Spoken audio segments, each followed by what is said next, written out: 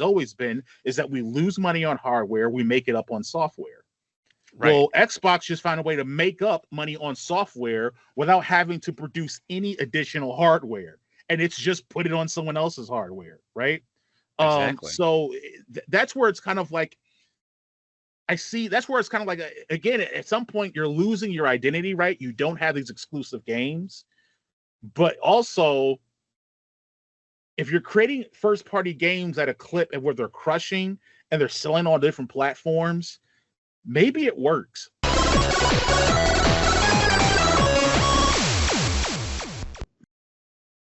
Hello and welcome to level 135 of the Thoughts and Players podcast, the gaming podcast with bold takes and no strings attached. I am Jeremy, here with my compadre, David. What up? How's your evening? How's it going? Muggy. It's muggy. Muggy. You could probably tell. I showered yesterday, man, and it is shiny in here. Yeah. But it's been an all right day. How's your day been? It's been all right. It's been constructive.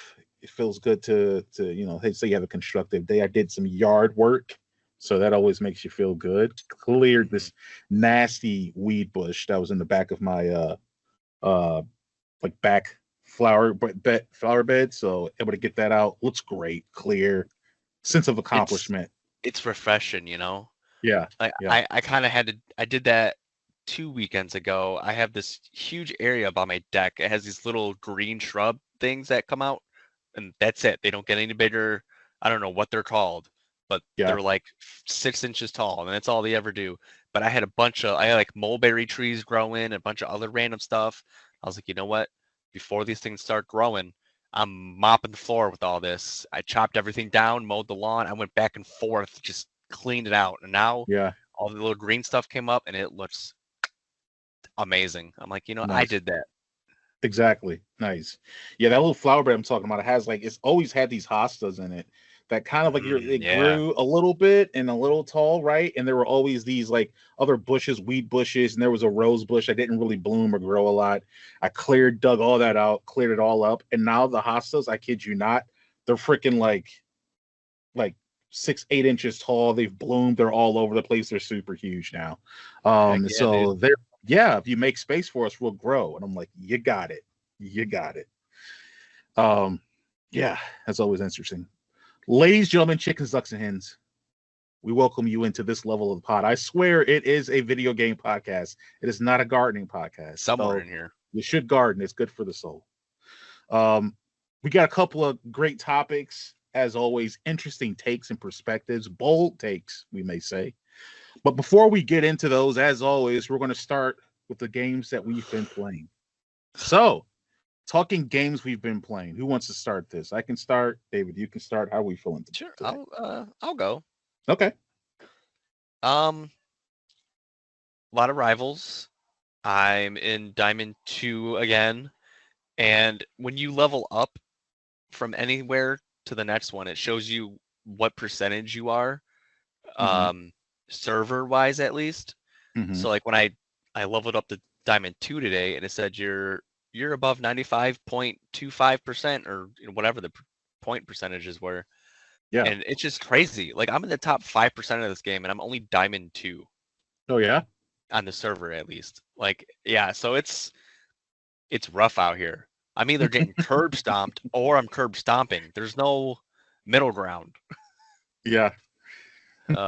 But besides that, I actually have played a little bit of Apex with and without Zayden. Because they brought arenas back. Okay. That was my favorite game mode. So if I'm having trouble with Rivals, because people have kind of caught on, if you lose 2 or 3 games, you continue to be put on teams that you're just going to lose. So I've caught on to that as well. So I'll stop playing for a couple hours. I'll, go on to the finals or Apex, whatever. Yeah. So it's really awesome to have arenas back. Yeah. But that's mostly what I've been playing. Okay. That's a little reboot, right? That you get. It sounds like you kind of get caught in a loser algorithm and lack of more. Exactly. Yeah, better words like, oh, like the computer is like, you suck. We're going to make sure you keep sucking. You're like, no, it's not me for one. And yeah, I don't want that. So I'm going to leave, let you reset. And I can come back come back on and win some games here. exactly. Like I'll take responsibility. The game I went 9-16 on as a DPS, yeah, that's definitely my bad. I take full responsibility. But the Yeah. next game, when I'm 17-4 and we lose 0-3, I'm like, I couldn't have done more. So Yeah. yeah, it's rough.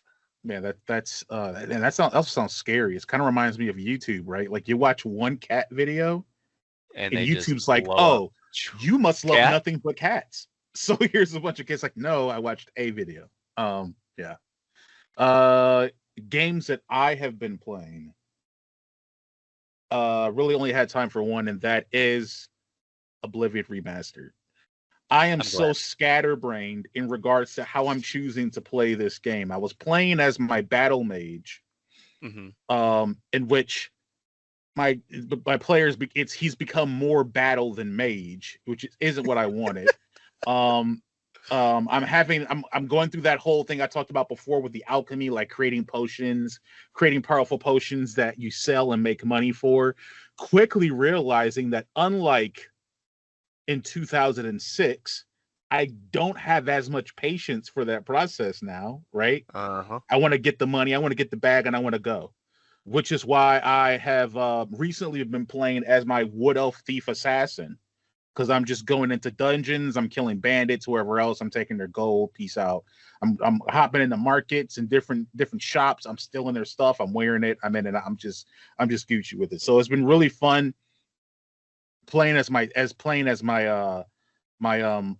thief slash assassin, right? I remembered, and it is still true to this day, how OP marksmanship and archery is in that game. Like you can pretty much just shoot anyone, sneak 3 times damage, kill them. I took my assassin like just today. I took my assassin into I think it's Baron Cave. People might remember what that is, but that place it's a cave that's full of vampires. And just cleared it. Just marksmen, one shotting vamps left and right, like it's nothing, right? Dang. So yeah, it's been really fun to do that. Been playing some of the main mission. I haven't had a chance to be mischievous yet. I'm trying to pick my opportunities of when I kill an innocent person to then set off the Dark Brotherhood side quest. But eventually we'll do that. But yeah, I've just been playing that. I've got like over 10 hours into it. Just really enjoying it. That's awesome. Again, I'm gonna try to find some time to get back into and beat Rise of Ronin because A, I was enjoying the game genuinely, but B, I want to beat it. It's game in, game out. I'm still trying to keep that for myself. Right. I That's good can't get though. another game in until I get the game out. And That's right. Oblivion's going to be forever. So that's not going to be the game out anytime soon. It's going to have to be Rise of Ronin. So Hmm. I would love to do that so I can finally rip the cellophane off this Dynasty Warriors Origins and start playing it. Because that's something else that I'm looking forward to. But that's pretty much all I've been playing, man. It's just been Oblivion. I'm glad. I'm glad you have time for it. Yeah. Finally, cranking the hours up on it. That's it for what we've been playing. Let's move into our Okay. topics.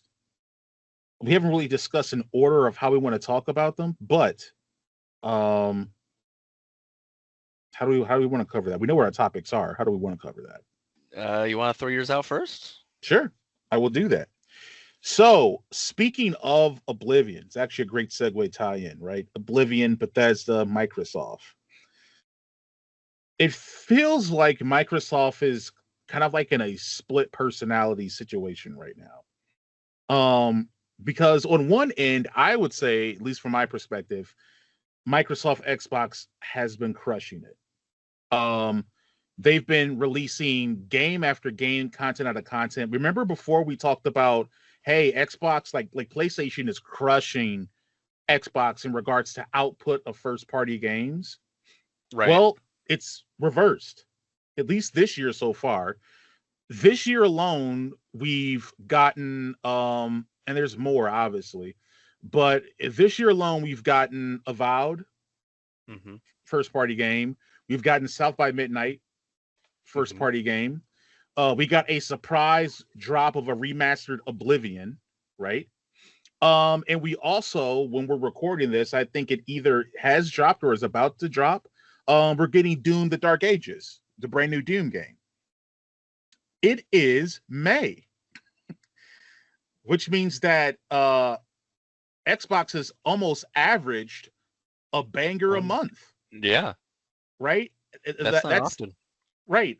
With other games that are lined up. I think, I'm not sure how much you would say, I have to look and check and verify if this is the case, but I also know that Atomfall as well came out. I can't remember if that's actually an actual first party game. But then on top of that, you do have, if it's not, right, Atomfall was a pretty hyped up game. You had access to it, Game Pass, right, day one.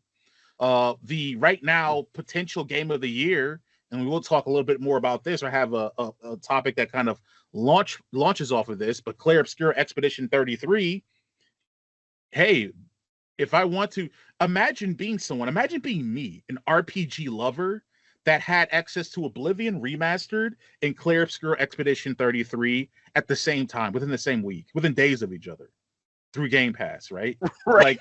It's great. You know what I'm saying? And then obviously, they have other games down the line that are going to be coming out, right? Again, Doom just came out. We know that Fable got pushed to next year, I think, and there's some other games they've got lined up, but it seems like they're cooking.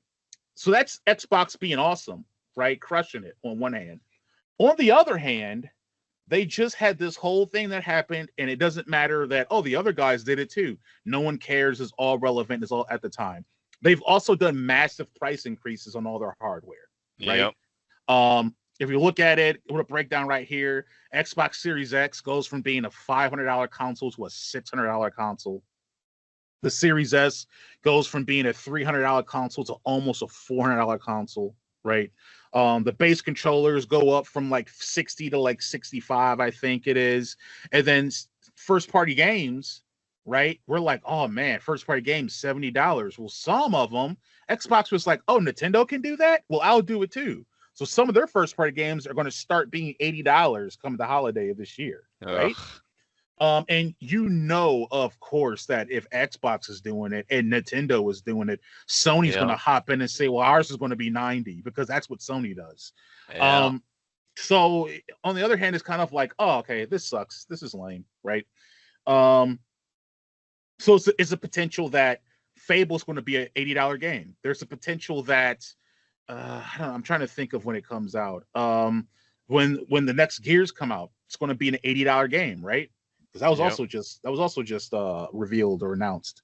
Yes. So I was kind of curious to get your assessment and your feelings on Xbox right now, kind of a field report type of thing, in regards to how you're feeling that they're doing, because they feel like very much a split personality, where it's like, hey, this is some ridiculousness happening over here, like just increasing the price of your console by $100 overnight with no real added value. And I know a lot of people may think that this is tariff related. God forbid the tariffs, everything. It may be that tariffable. They're tariffable. It may be that.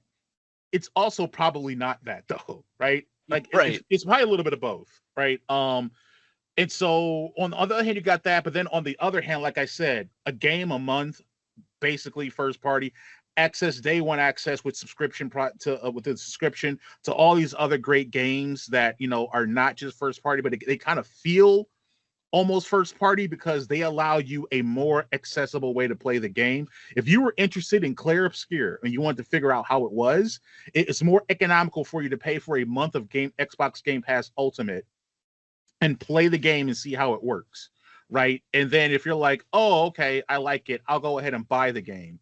You may think, oh, well, no, because the game's $40 on Steam or $50 on Steam, right? It ends up being more. And it's like, no, you can't think of it that way, because that $20 buys you more than just Clair Obscur, right? But that's a easy, affordable way to access it. So on the other hand, it's like, oh, Xbox is great. They're crushing it. They give you so much more value than what PlayStation is offering, than what Nintendo is offering. Definitely.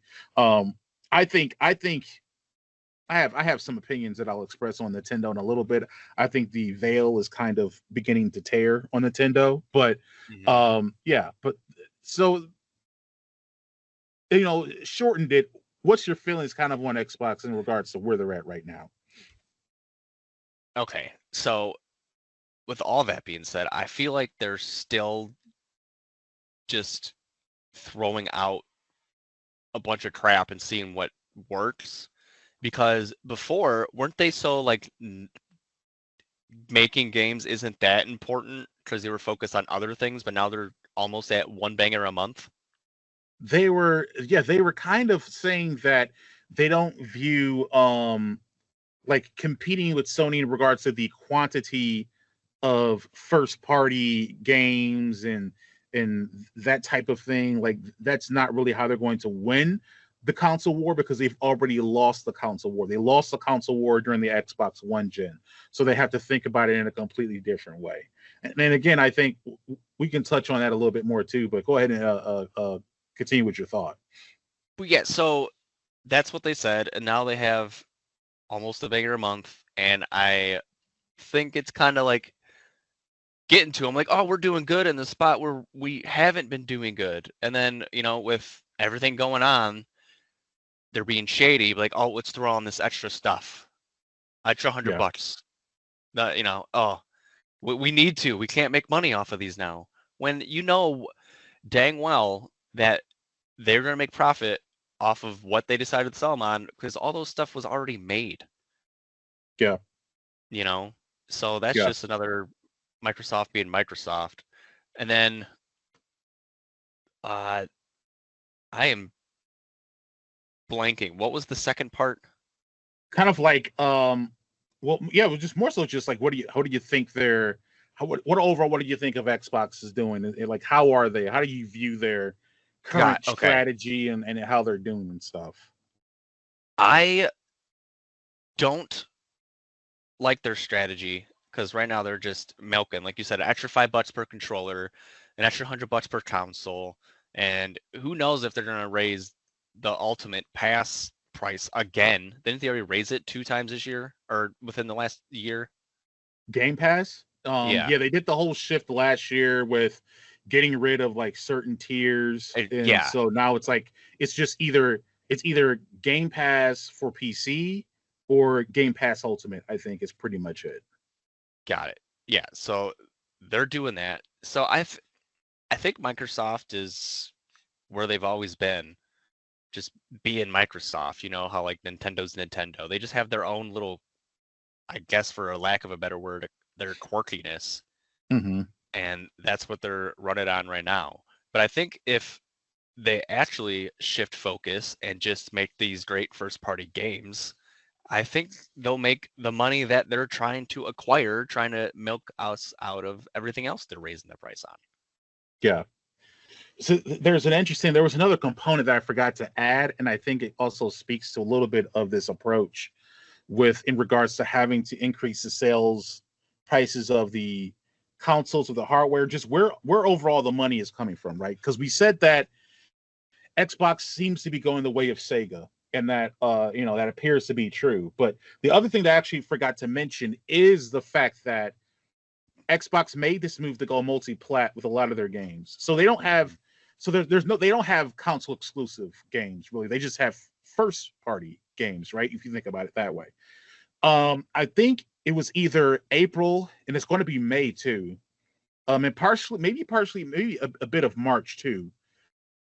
I think 60 to 50 to 70% of the best-selling games on PlayStation were Xbox games, right? Xbox is selling Oblivion like crazy. They're selling Forza Horizon like crazy. They're selling Minecraft things like crazy, right? And then obviously all the Call of Duty stuff that happens, any other things like that, right? Xbox is crushing it in sales on PlayStation's platform as well.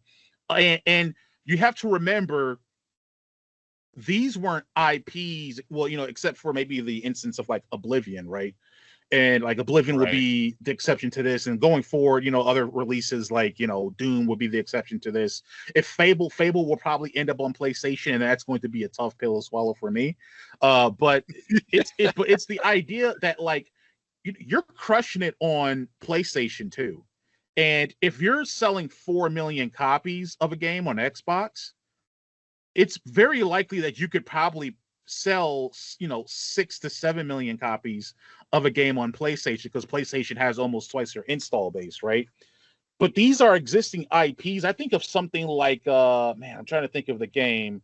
It was the game that had like the music and stuff to it, and I can't remember it now. I was actually playing it a little while ago.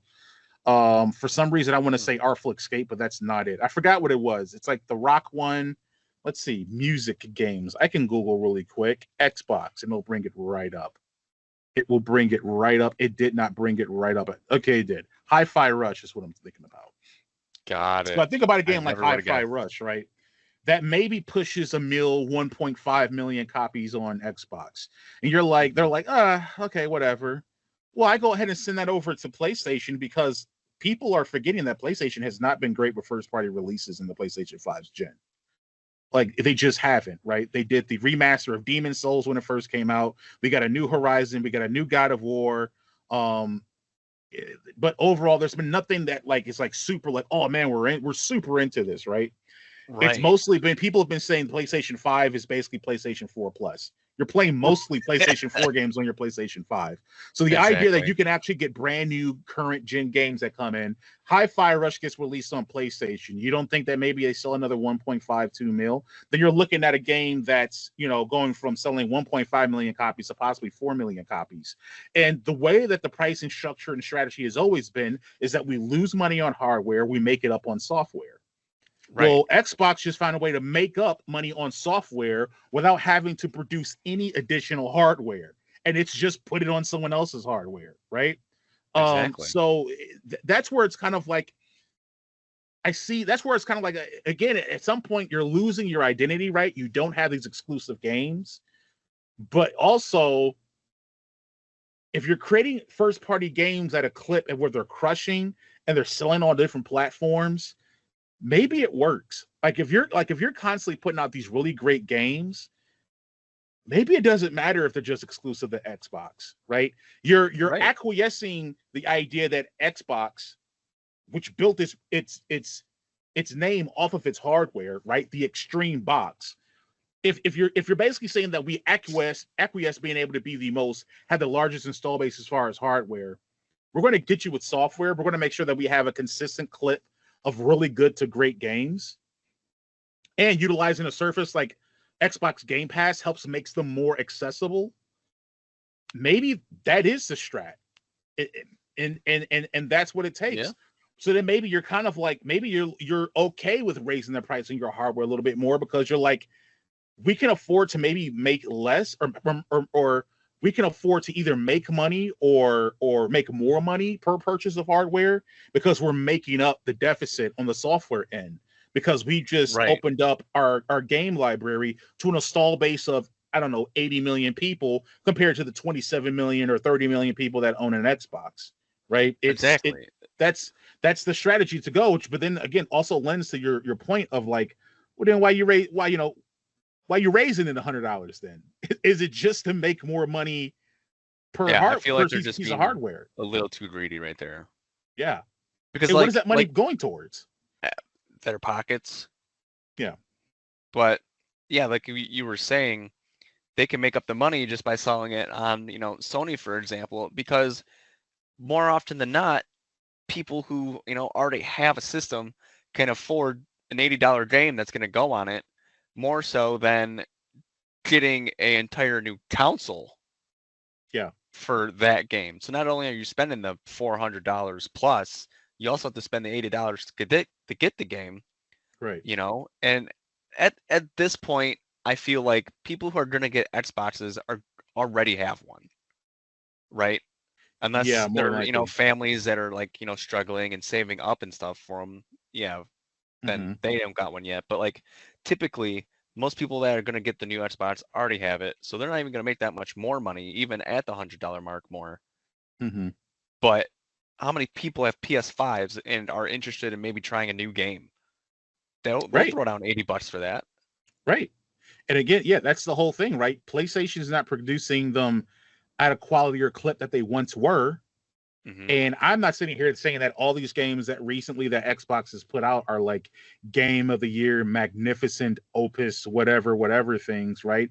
But like I said before, if you want to grab one of those games that are being talked about, that like Clair Obscur, you can try to buy the game and see if that works for you, or you can pay for a month of Game Pass and try out the game, as well Mm-hmm. as everything else that you also have. You might say, I want to, like I just said, the idea that I can play, you know, Elder Scrolls 4 Oblivion Remastered on a Monday and then play Clair Obscur 20 Expedition 33 on a Tuesday and various other things that I want to play, and then turn around and play Doom on a Wednesday, right? Like that's attractive to someone, Right. right? That wants to be able to play games like that. And like you're saying, it's more a bit more frugal minded, right? It's kind of where that comes in.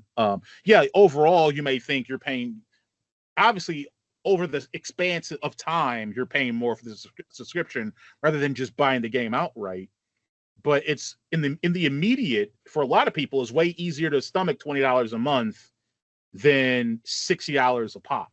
You know what I'm Right. saying? Like, which on the low end, right? We're talking like Clair Obscur, something that's like a $40 or $50 game, and these games are just going to get more expensive. And Yeah. as games get more expensive, the subscription model becomes more attractive. That's why Netflix is worth billions or trillions of dollars. That's why all these subscription services exist. It's because eventually the one point of sale becomes so expensive, I might just subscribe to it. It'll become a little bit cheaper. I think they figured that out. Good on them. I don't think their strategy kind of included PlayStation dropping the ball the way they have. So I can't give them 100% credit for that. And I know that Xbox also wants to explore really kind of tightening the partnership with Nintendo. They talked about that a lot. Hey, we want to make sure our games are accessible on Nintendo. There's been rumors about Xbox Game Pass coming to Nintendo consoles. I will say for myself is that if your developers are telling you that they can't develop for the Xbox Series S because it's underpowered, I don't know how the hell you get your game to work on anything Nintendo makes. Right. Because the Nintendo Switch 2 has the production equivalent of a previous gen console. Mm-hmm. So if the Xbox Series S almost works as a in between, I don't know how you're going to get Doom: The Dark Ages to run on the Switch 2. I don't know how. But apparently they're going to try. So God bless them for that. Uh, but yeah, just some curiosity in regards to what Xbox is doing, because on one hand, it really seems Right. like Xbox is crushing it, and their strategy that seemed very just kind of nonsensical at the time is making a little more sense. I still don't think it's 100% a good strategy, but it's making a little bit more sense. They may be reading the tea leaves a little bit more.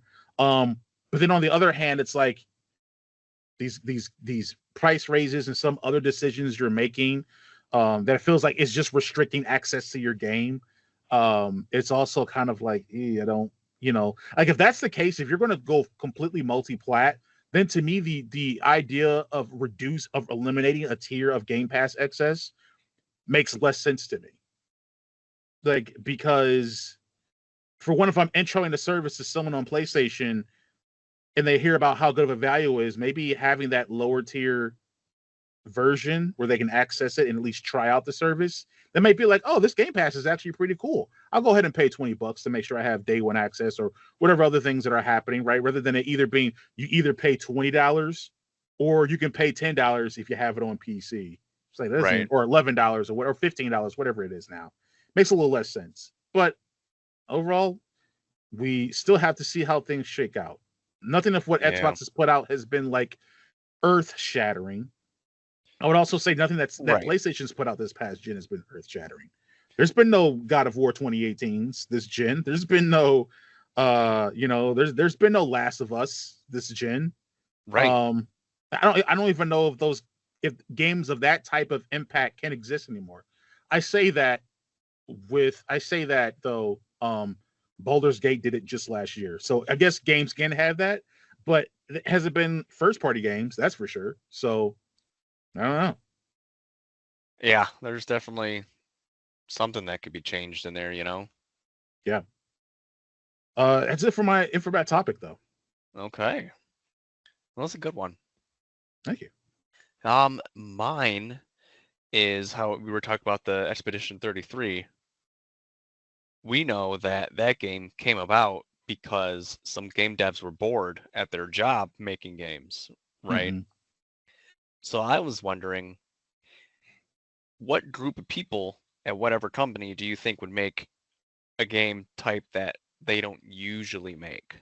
Mm. Because like those devs came from Ubisoft and they make games like, Assassin's Creed and, whatever. Far Cry and E- Watch Dogs. Exactly. All these Yeah. like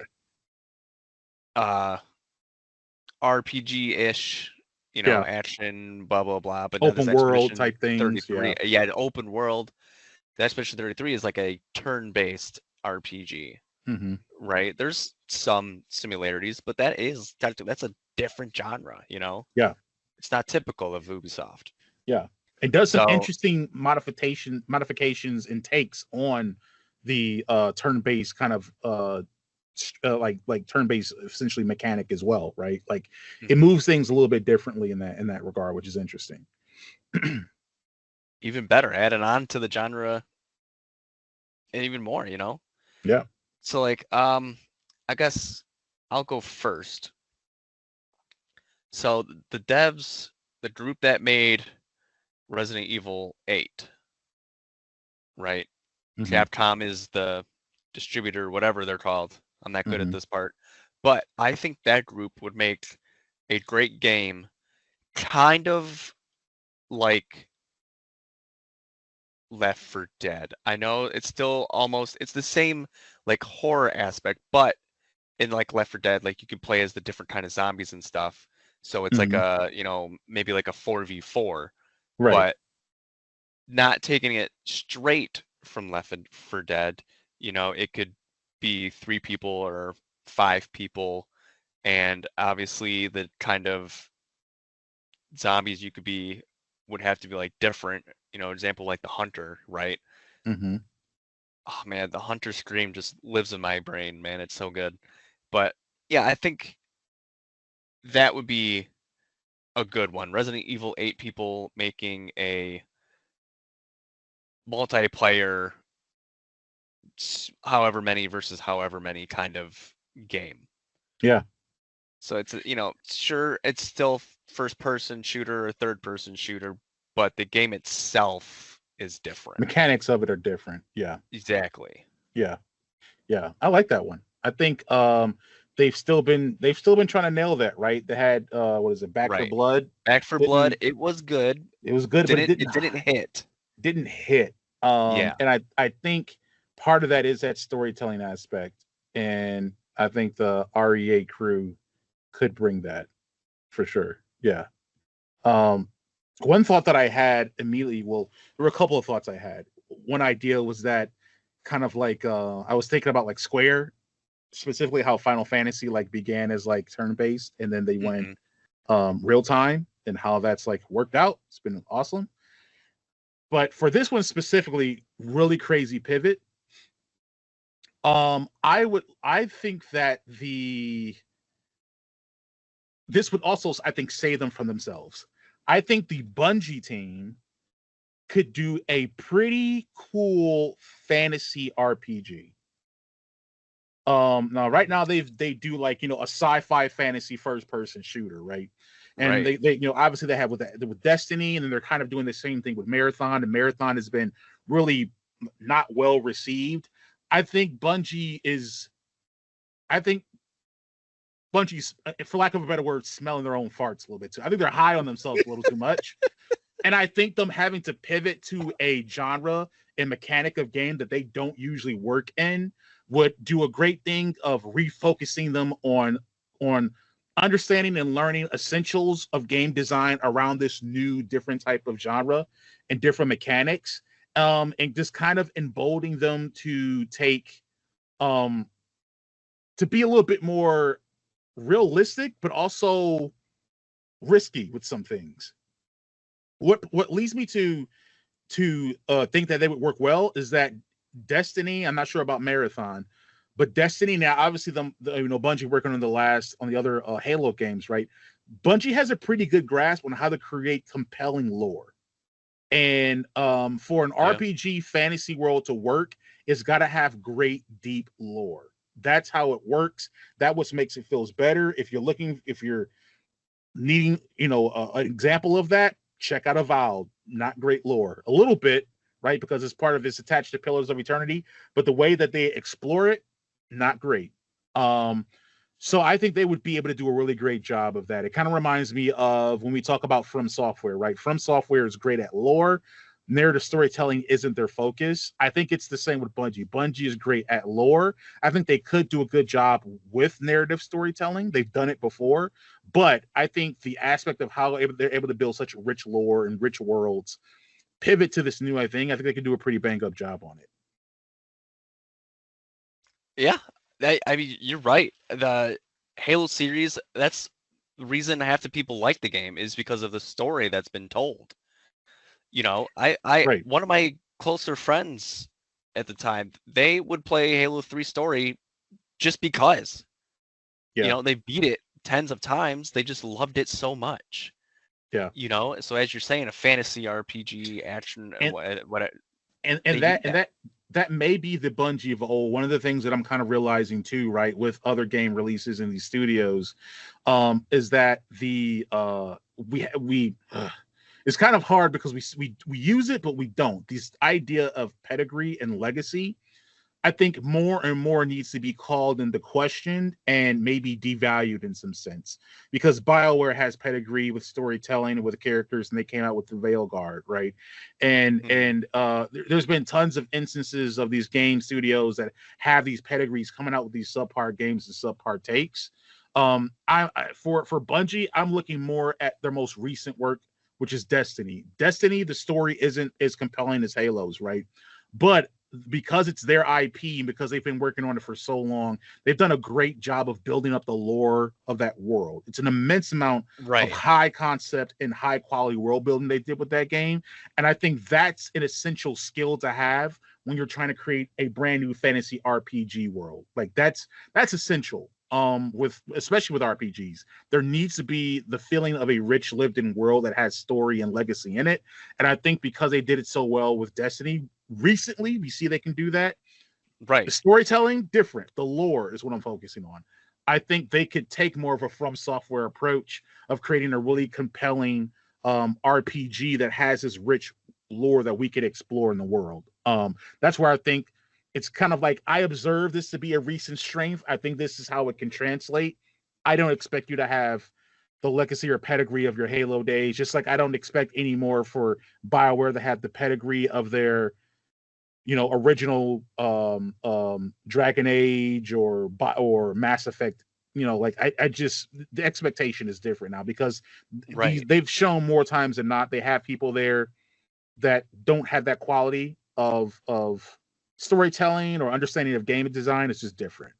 But that's one Yeah, that I I think they can agree. do. Yeah. All right. I just just come with me for a minute, right? Okay. So, Pokemon, okay? Pokemon. Mm-hmm. Game devs there. Mm-hmm. For all over the years, they've done pretty good, right? They've made some good story. They have a huge lore, right? All these different Pokemon have these different, like the Pokédex readings. They made a entry for each one, stuff like that. So they have all the storytelling and stuff. I think if the Pokemon people made a open world-ish survivor type of game, right? Because they already do what survivor games need. They need random items on the ground. They need Mm-hmm. random houses everywhere. They need monsters out in the open. Mm-hmm. That Pokemon does all that. You just got to change what you're going for. Instead of, oh, happy go lucky, I'm going to catch me a new Pokemon. It's, oh crap, there's this huge troll looking thing chasing me. I need to find a house to get into with Yeah. this rope I found or something. Yeah. I think they can do that. There's not much they need to change, but it will completely flip the genre that they're in. Kind of like so not 100% because you said like a survivor element, and we talked about that's 100% what they need to do, and it would be successful because they're suing the company that did that with Power World, right? You're right.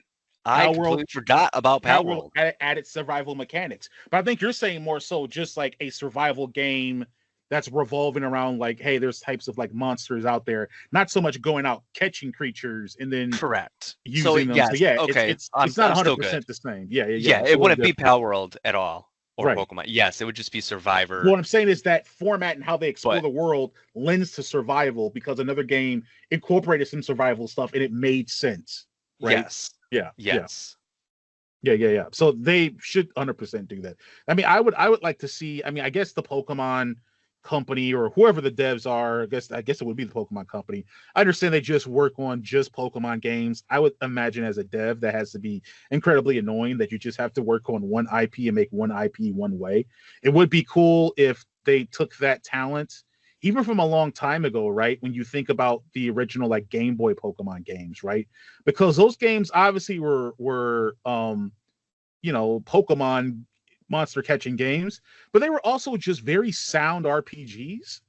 And it would have been nice to see them take that talent and utilize it in a different way, to create another IP or something like that. So yeah, I agree. Right. Like adding some survival elements to it, adding a little bit of a rust element to it or something, would be cool for them to do.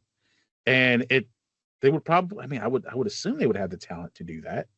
I think Right? so. And they don't even have to make it like super scary even because Nintendo doesn't even really have any horror games that I can think of besides Luigi's Mansion. And it's Yeah. and even kid-wise, it's not that scary. There's some jump scares maybe, but Mhm. I maybe even like I forget video game ratings, not E, but like the one above it, G Yeah. T. or T. Yeah, make a I think T. T-rated kind of horror game for Hmm. Nintendo, or not horror, but like Survivor. Yeah, I feel what you're saying. Yeah. Yeah. That would work. I think that would work. That'd be pretty cool. I think so. Yeah, So trying to help these guys out, man. No one's listening. I know. Hey, devs, listen. Um, Man, I was trying to think of again pivoting to like a wholly different genre of game. Um, I'm trying to think of. So I think this would. I mean, again, this might be an RPG thing that I'm leaning into, but so you've heard me talk about this other game that I really enjoy. Part of me wanting them to do this is that they actually bring some of the mechanics that they created that they created in these previous games into it. But I would love for Slow Clap. So Slow Clap is the studio that developed developed and published Absolver and Sifu. I would Oh, love okay. to see that be a somewhat linear open worldish RPG a la what Obsidian does, like with the Outer Worlds and Avowed. These are very contained 15, 20-hour RPGs. Mm-hmm. I would love to see what Soul Clap has done. They're shorter experiences, they're 4, 5, 6 hours, which I think is great for those stories and what they're trying to do. But Slow Clap, beginning with Absolver and obviously evolving with Sifu, has created some of the most tactile, like tangibly interesting melee type combat systems in games recently. And I would love to interact with that system over the course of a compelling 15, 20, 25-hour RPG.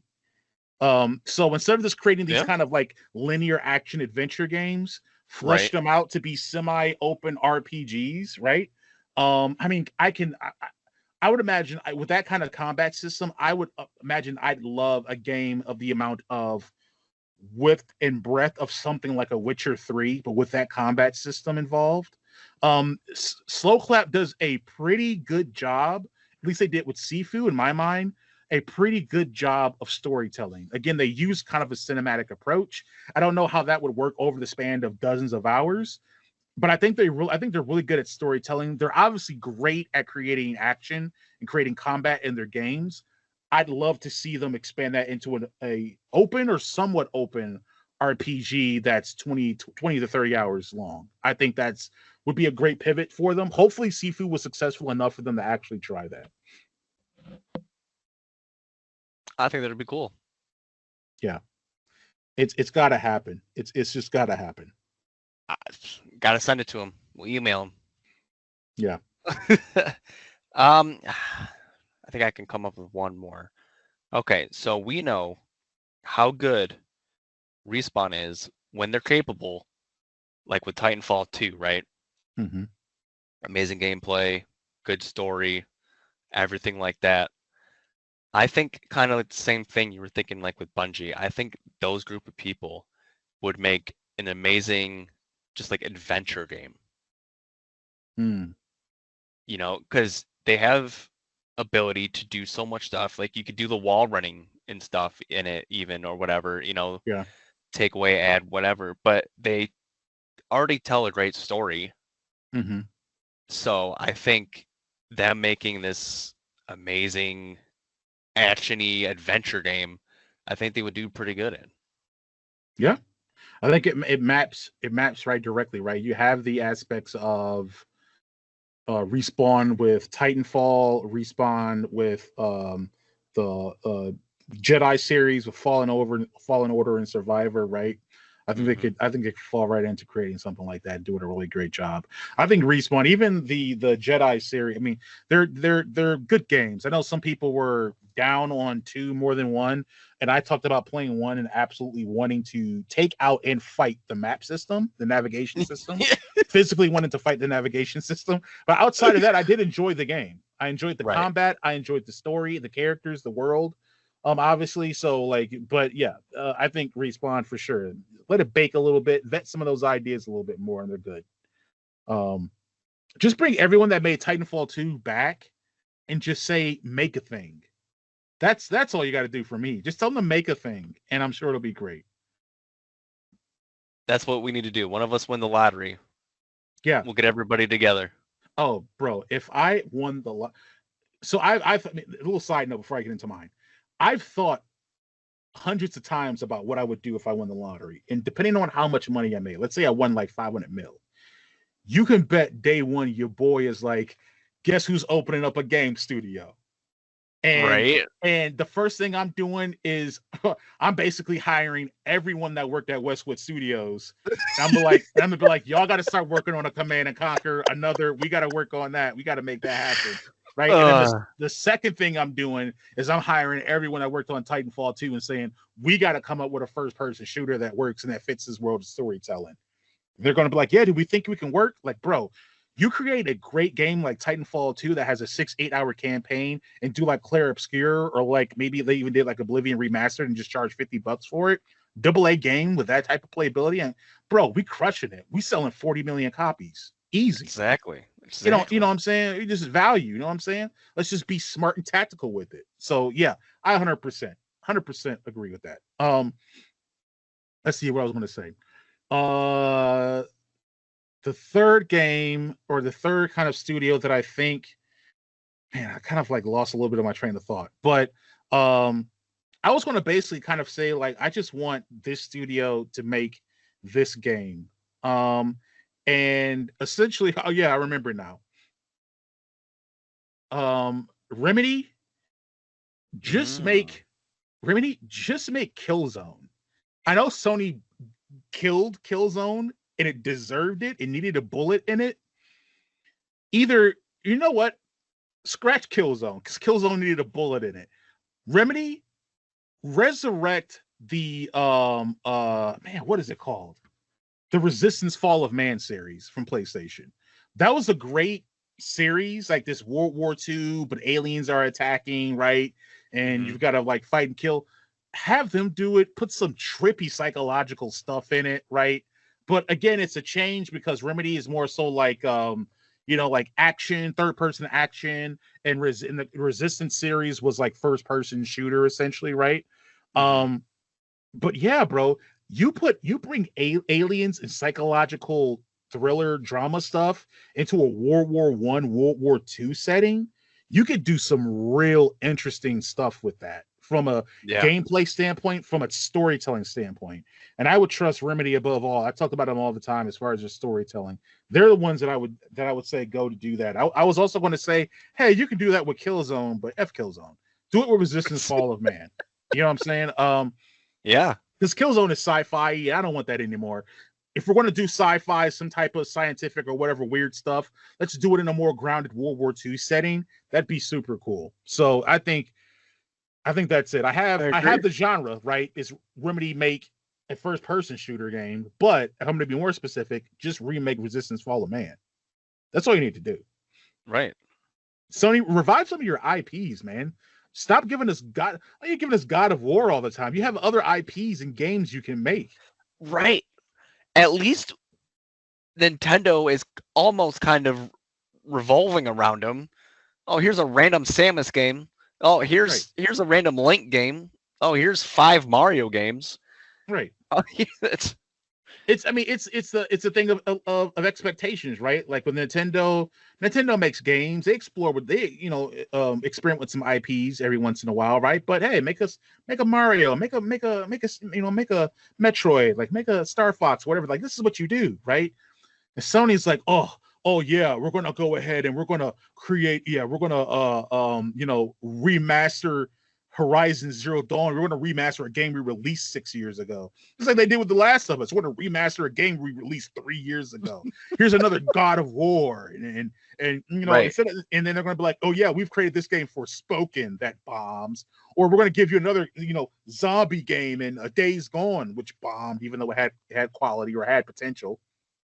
Bro, bring back the hits. Bring back the hits, dude. Bring back Resistance Fall of Man. If you want to bring back Killzone, you can go ahead and bring it back. I'm not saying bring it back, but that was their Halo. They were trying to make that their Halo. It seems weird just completely put a bullet in an IP that you had so much going behind and then be like, but whatever, Right. that's the pivot. You know what I'm saying?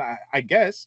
Like no more. And I guess it's a good thing I know your dog's working on a new IP, because I was going to say, don't give us any more Uncharted's. We've had enough Uncharted's. We've had Yeah. enough Last of Us for a minute. I mean, yeah, eventually we want a third one, but come on, bro. Bring back some of the other hits if you're going to keep bringing back stuff. You made games before the PlayStation 4. I'm not sure that if Sony is aware of that. For real. I don't They had games before the PlayStation 4. They do know they're allowed to bring up IPs they had on PlayStation, right? I mean, if you want to go back to like a couple of episodes ago, God forbid you do this, but if you want to open Pandora's box and follow David's recommendation, freaking do a Siphon Filter remake if you want. Make that little shitty intro that you made look way better now than it did back then when everything looked like freaking Roblox. You know what I'm saying? Right. Like something, yeah, it's crazy. But that's my last one is Remedy first person shooter, specifically Resistance Fall of Man. Recreate that. Yeah. Redo that. I'm down with you. Yeah. That's all I got. All righty. Well, if we're done with the topics, that means that we're near the end of the episode. So it's time for final thoughts. We can offer a final thought about something that's either related or unrelated to this podcast episode. So who's wanting to give a final thought first? I can go with this. Sure. I was reflecting, as I do a lot, on this year in gaming. And though we talked about a couple years ago, right, being one of the best years in games, I think this was the Baldur's Gate 3 year, right? We had Baldur's Gate and you had the new Zelda that came out and so many other hits that came out. And you had Alan Wake 2, I think, came out. And it was a crazy freaking year, crazy year. This year for me has been one of the best years in recent memory for video games as far as new releases coming out. And I'll tell you why, right? Part of it is going back to some of these Xbox games.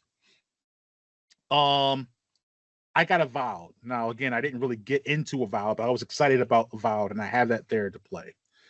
A big thing that's leading this, obviously, Oblivion remaster that I didn't know and didn't see coming in. I'm loving every minute that I'm back into this game. Right. Right. But also, we got a brand new Dynasty Warriors that I'm super excited about, and that's awesome. We got a brand new, and people might forget this game actually came out, but this also had Game of the Year kind of claims around it. We got a new Kingdom Come Deliverance 2. We got a brand new Kingdom Come Deliverance that came out. And that game is great, right?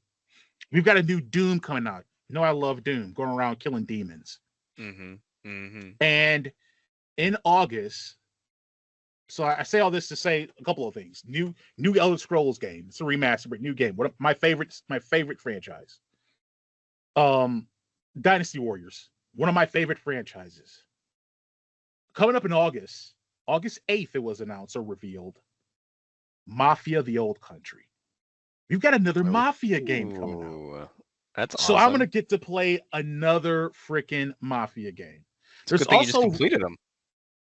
I know, right? And I think there's also rumors, or maybe it was revealed that also they just released Avowed, but Obsidian has been working on an Outer Worlds too. And I recently just completed Outer Worlds. So I'm excited for that coming up. So this year is rounding up to be one of my favorite years in video games because there's seemingly a bunch of RPGs, and that's what I love. Right. So yeah, I'm super excited for this year. Obviously, Fable got pushed to next year, but that's okay. That's okay. Now it's okay. It gives you time for the other ones. Before it wasn't okay. Before it was like, well, what the hell am I going to play this year? Now it's okay. Now because I've got plenty of things to play. Yeah, that's right. Right. Even like this year, I haven't played it a lot. I haven't played it at all. I haven't bought it yet. But also, don't forget, Civ 7 came out this year. So that's for me, bunch of bangers, right? Some hits, some miss, but plenty of options. And so I've really been enjoying the hell out of this year so far, as far as video games, the potential to get stuff that I want to play. It's not feeling like it was a couple years ago when it had City Skylines 2 and Starfield set up, and I was disappointed by both. Yeah. So yeah. That's my final thought though. That's a good one. My final thought is I am tired of PSA taking so long. It's another Pokemon card like boom. Yeah. Right? A lot of people online are saying it's another COVID boom. Whatever the word I'm looking for is. Oh, right. Because of COVID and stuff. Yeah. And people not having things to do, Pokemon just blew up. Yeah. So it's kind of getting the same thing right now. Oh, really? Right. So PSA, they extended their 45-day return into a 60-day return. Right. And that's business days, right? Because they don't work every day and whatnot. Right. And like I think I said before, I did 2 batches 8 days apart, and that the numbers on them are a million different. All I ask is just like, people, relax, chill out. So I want my cards back.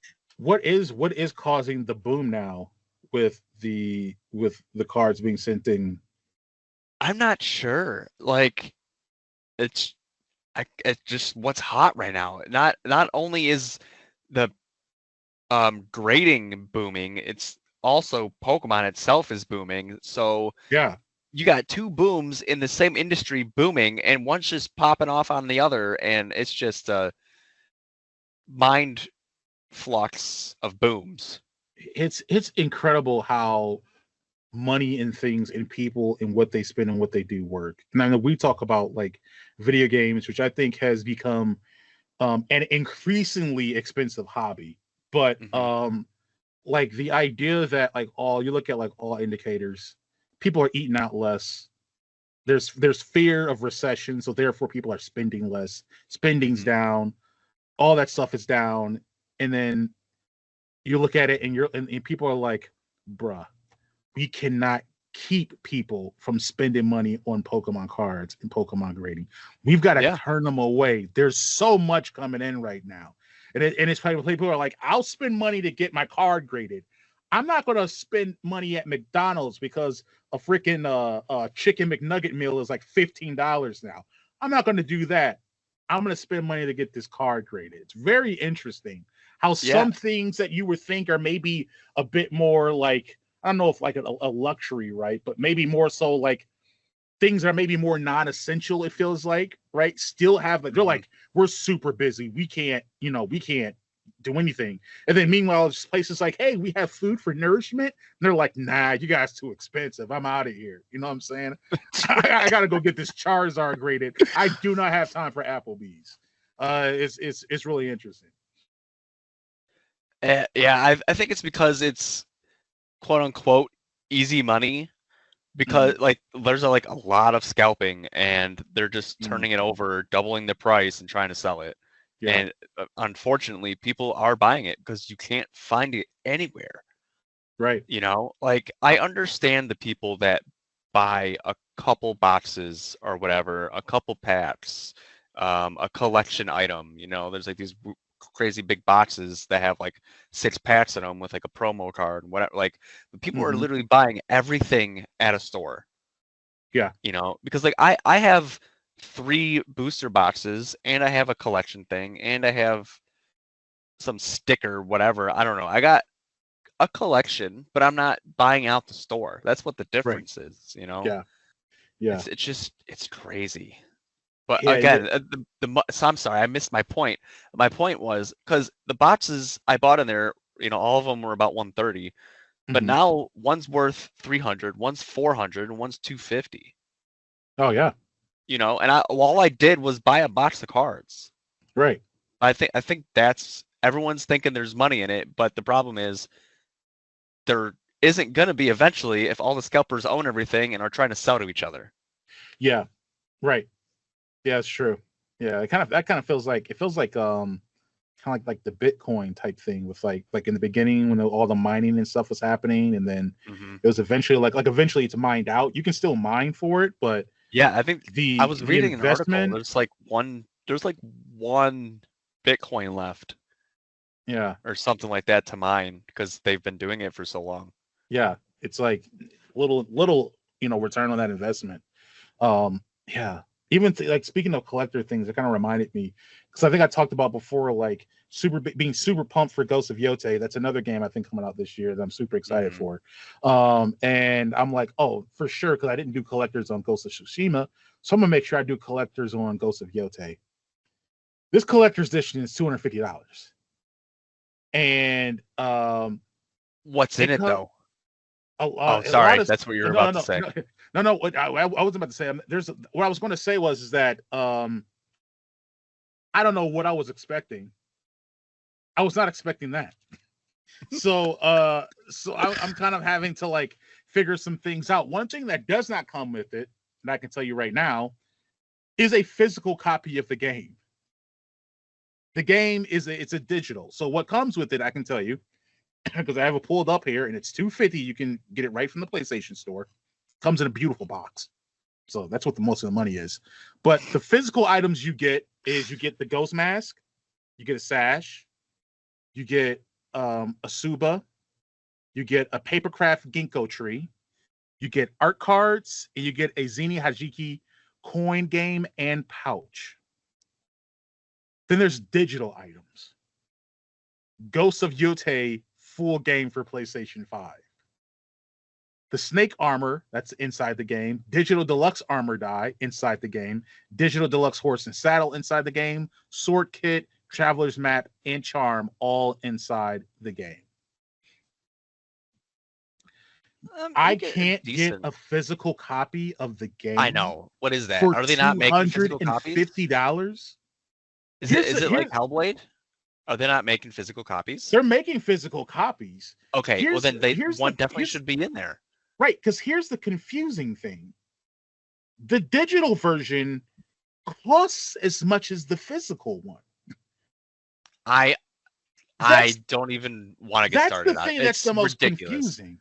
If it was a standard that the digital always costs less, $5-7 less or $10 less than the physical, maybe that makes a bit more sense. You can rationalize the dollar amount. But if I buy a digital copy of this game, it's going to be $70. And if I buy a physical copy of this game, it's going to be $70.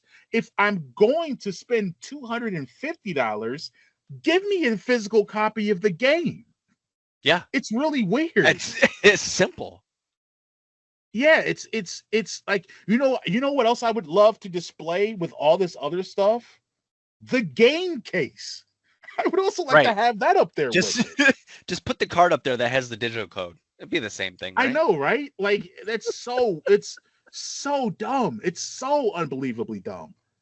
Um, like if I wanted to do if I wanted to do that, I would have to go out and spend an additional $80 to get a physical copy of the case, or Yep. $70 or whatever to get a physical copy of the case and have it all up there with it.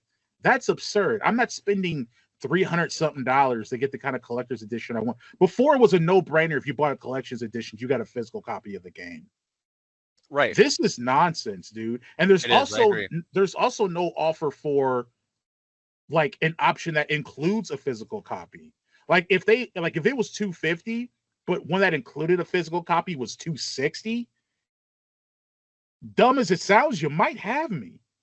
But the fact that there's no other option here for that is like, this is just stupid, I agree. you know? Man. But anyway, little side to that. I'm not sure if you had anything else to add though to your final thought. Don't want to take it over completely. No, we're good. We're good. Okay. Well, that brings us to the end of level 135 of the Thoughts of Player podcast. If you like what you heard, please like, share, and subscribe to the podcast on the socials and your preferred podcast service. We're on Facebook, we're on Instagram, we're on TikTok, and we are on YouTube, where we upload video versions of the podcast every week. You can also find us on Apple Podcasts and Spotify and all the other places if you want. If you want to support us, there's a couple ways you can do that. One is to buy merch. I have here, and I've shown before. We have phone cases, we have hoodies, shirts, stickers, all that good stuff. We also have a Patreon where we have 3 tiers of membership: a $2, $5, and $7 tier, each offering goodies, bits of goodies, and exclusive patron content. Be sure to check in on that. That is it for me. David, was there anything else you want to add? Peace. All right. Well, thank you for tuning in, and we will catch you on the next level.